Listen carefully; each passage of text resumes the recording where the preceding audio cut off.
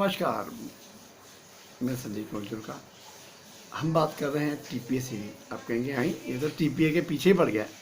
तो सब टीपीए का असल में मैंने बहुत नॉलेज ली। तो इतनी नॉलेज ली है मैंने टीपीए की कि देखिए, पहले इंश्योरेंस कंपनी में था तो टेबल के उधर टीपीए था, टीपीए डिपार्टमेंट भी मेरे पास था, वहाँ से नॉलेज ली। फिर टीपी कंपनी में था, फिर बड़ी टीपी के कंपनी में गया और फिर कई कंपनियों से नॉलेज ली है, इंश्योरेंस कंपनी से और टीपीए कंपनी से। फिर लास्ट ईयर में ज्वाइन करने के लिए 2 टीपीए कंपनी गया। मालिक से जब मिला तो जैसे ही मैं मिला उसी वक्त मैंने सॉल्यूशंस प्रॉब्लम्स के ढूंढने शुरू किए। और मैंने शायद बताया आपको कि बात नहीं बनी हो, क्योंकि एक बहुत दूर थी कंपनी और एक मैं I am on interested part time. तो अब मैं ये बना रहा हूँ, काफ़ी नॉलेज है तो बड़े बड़े वीडियोस नॉलेज वाले बना रहा हूँ और उसमें से छोटे मैं यहाँ दे देता हूँ आप लोगों के लिए। भाई इसमें से कुछ नॉलेज मिलती है तो अच्छी बात है, और कभी कोई ज़रूरत पड़े तो I am always there. Job तो पार्ट टाइम चाहिए, बट वैसे भी आप अगर बुलाएं, क्योंकि ऐसा है मुझे तो काम अच्छा लगता है, आई लव वर्किंग। तो मेरे तो मुंह में पानी आता है काम करने के नाम से। तो कभी कुछ काम की या सर्विस की ज़रूरत हो, क्योंकि मेरी तो बस यही कंडीशन होती है कि बॉसेस अच्छे हों जो मेरी नॉलेज और मेरे टैलेंट की रिस्पेक्ट करें, और मेरे पास पावर हो, रोब जमाने के लिए नहीं, पावर हो ऐसे सिस्टम्स बनाने के लिए और इम्प्लीमेंट कराने के लिए कि काम एफिशिएंट हो, करेक्टनेस से हो, डिले ना हो। डिले मुझे नहीं पसंद बिल्कुल भी, फास्ट काम होना चाहिए। अच्छा काम और फास्ट काम करने के लिए मैं शुरू से बहुत मशहूर हूँ। तो अब मैं आपको, हम बात कर रहे थे पिछली बार MIS की, तो उसी के आगे बढ़ेंगे हम। तो MIS में मैंने बताया था कि हम कुछ फील्ड्स ऐसी डाल सकते हैं, जैसे प्रीमियम की फील्ड डाल सकते हैं नॉन अकाउंटिंग फील्ड अकाउंट्स में, ताकि हम कहीं चेकिंग पॉइंट हमें मिल जाए। तो आज मैं बात कर रहा हूँ तो कि एक मिसमैच की रिपोर्ट निकल आएगी। तो खाली रिपोर्ट निकलने से काम नहीं चलेगा, उस मिसमैच को क्लियर करना पड़ेगा। बहुत ज़्यादा मुश्किल काम होता है। और होता क्या है, तो यहाँ में किस तरह से कराया जाए, तो एफिशिएंट एडमिनिस्ट्रेशन वो भी मेरी एक्सपर्टाइज है, उसके बारे में मैं बताऊँगा। क्योंकि मेरा क्या है, मैं होऊंगा चीफ फाइनेंशियल ऑफिसर, लेकिन मैं ग्रास रूट पर रहता हूँ, एम्प्लॉयज़ के साथ रहता हूँ, काम करता हूँ, क्या प्रॉब्लम्स हैं उनकी। तो आप देखिए, आप समझेंगे कि तो किस तरह से काम कराना पड़ता है। तो सपोजिंग आपने अपने जूनियर को कहा कि भाई ये रिकंसाइल कर लो उसके साथ, तो आपने कह दिया। अब हफ्ते 15 दिन आप बैठे रहे, फिर अचानक तो पूछोगे उससे, हाँ भाई हुआ, तो बोलेगा नहीं, क्यों? तो इसके लिए बेटर है अगले दिन फिर पूछो, तो भाई हुआ, तो अगले दिन ही आपको पता चल जाएगा। वो क्या कहेगा, सर मैं तो गया था लेकिन उसका ना लैपटॉप ख़राब है। अब लैपटॉप ख़राब है, वो तो IT डिपार्टमेंट का काम है, बात ख़त्म। लेकिन मेरा ऐसा नहीं है, मैंने कहा ना, जहाँ से लोग सोचना बंद करते मैं उसके आगे जाता हूँ। तो ये होगा, चलो तो IT डिपार्टमेंट, मैं उसी समय IT डिपार्टमेंट को फ़ोन करूँगा कि भाई इसका लैपटॉप ठीक करो। और मेरा नारा है, यस माई नारा, अभी के अभी काम होना चाहिए, अभी के अभी। तो उन्हें ये कहूँगा ताकि लैपटॉप उसे मिल जाए। तो लैपटॉप मिल गया, अब मैं कहूँगा चल भाई काम कर। और फिर अगर ऐसे ही हुआ कि 15-20 दिन बाद मैं पूछूंगा तो बोलेगा, पूछूंगा हो गया? नहीं सर हुआ नहीं। क्यों, अब क्या हो गया? सर उसकी फाइल करप्ट हो गई थी। अब फाइल करप्ट हो गई थी तो इसलिए मैं अगले दिन ही पूछूंगा, क्यों भाई हुआ? क्योंकि वो तो फाइल करप्ट हो गई थी करके बैठ जाएगा। अब वो फाइल जब ठीक होंगी, वो तो IT डिपार्टमेंट का काम है, सॉफ्टवेयर का, तो इसलिए अगले दिन पूछो, वो रीज़न बताएगा। अब रीज़न ये है कि वो फाइल करप्ट हो गई है, तो IT डिपार्टमेंट का काम है, पर हम चुप नहीं रह सकते। तो फटक से फिर IT डिपार्टमेंट को बोलना पड़ेगा, यार वो करप्ट हो गई है। तो पता चलेगा आपको। देखिए कैसे इंटरकनेक्टेड नॉलेज है मुझे, प्रॉब्लम्स आती हैं तो कैसे सॉल्व किया जाए।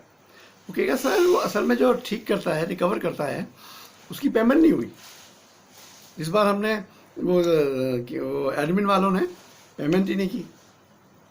अब फिर आप कहोगे वो तो एडमिन का काम है, चलो छोड़ो, तो काम तो बढ़ता ही जाएगा, देर लगती जाएगी। नहीं, उसी समय एडमिन को फ़ोन करो। मैं तो फटाक से एडमिन को फ़ोन करूँगा, हेलो। तो एडमिन कहेगा कि सर असल में क्या हुआ कि हमें रूल है 3 बार कोटेशन आनी चाहिए, 3 कोटेशन तो आई नहीं है, 2 ही कोटेशन आई है।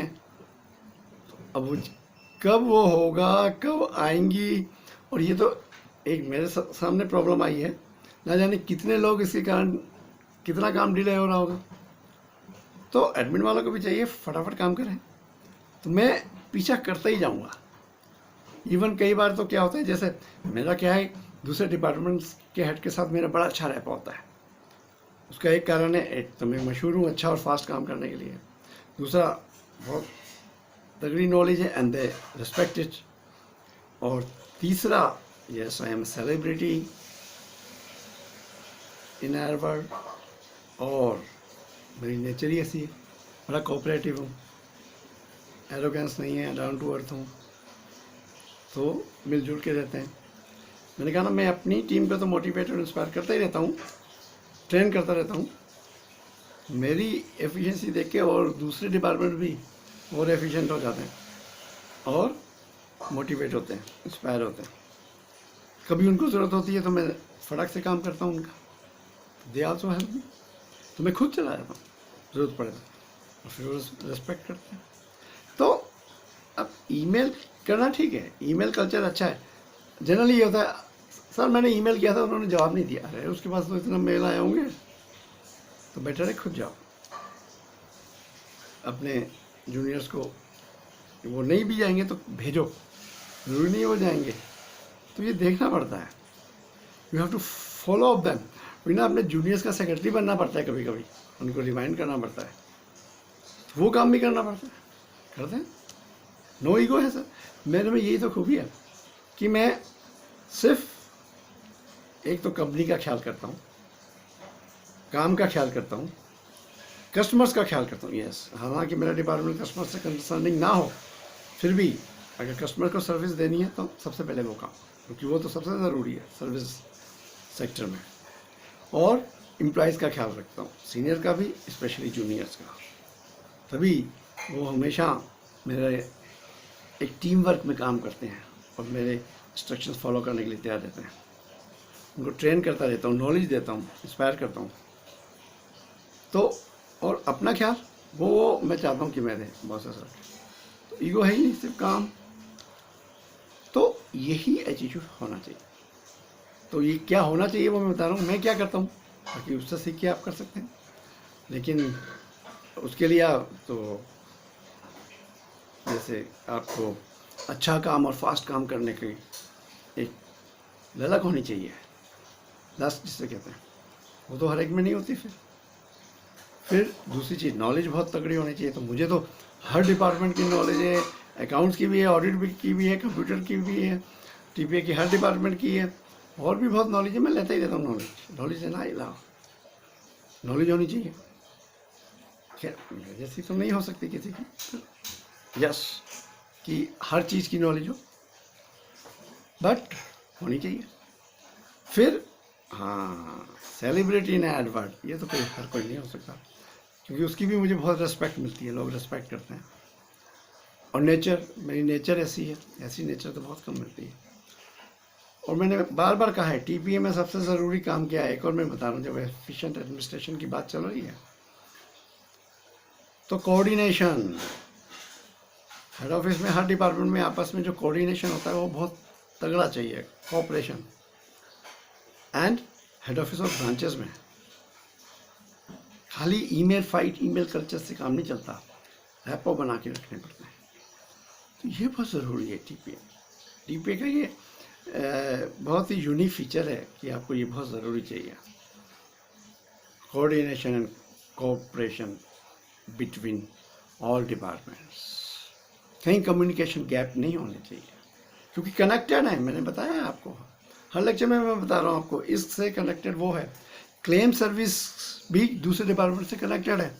जैसे मैंने बताया था कि क्लेम सर्विस ठीक नहीं आ रही जी, क्यों सर, क्या करें, हमारे पास वो क्लेम प्रोसेस करने वाले लोग कम हैं, हमने एचआर को बोला हुआ तो एचआर आ गया बीच में।